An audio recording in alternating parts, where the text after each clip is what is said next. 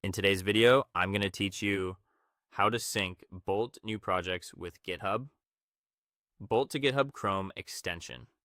Before we start, make sure you have an active GitHub account and at least one project in Bolt.new that you want to sync. We'll begin by opening your browser and heading to github.com. If you aren't already signed in, log in now so the connection later can happen smoothly.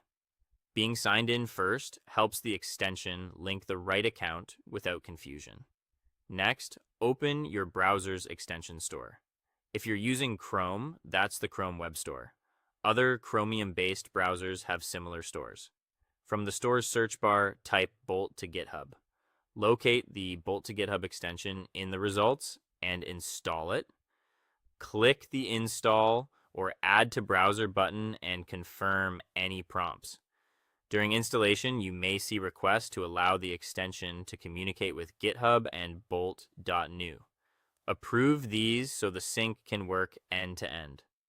Once installed, the Bolt to GitHub extension will automatically connect your GitHub and Bolt.new accounts. If a brief authorization window appears, simply continue and confirm. Keep the same GitHub account you signed in with earlier to avoid mismatches. If your browser asks for additional permissions, accept them to complete the connection. Now return to Bolt.new. From your dashboard, choose the project you want to sync. Open it and look for the GitHub option inside the project interface. Click GitHub to open the integration panel. Here, select Push to GitHub. The extension will gather your project files and prepare them for a repository. You should see repository details populate automatically, so there's nothing extra to configure in most cases. When everything looks ready, click Push Changes. The first push can take a moment, especially for larger projects, so give it time to complete. You should see a confirmation in Bolt.new once the push finishes.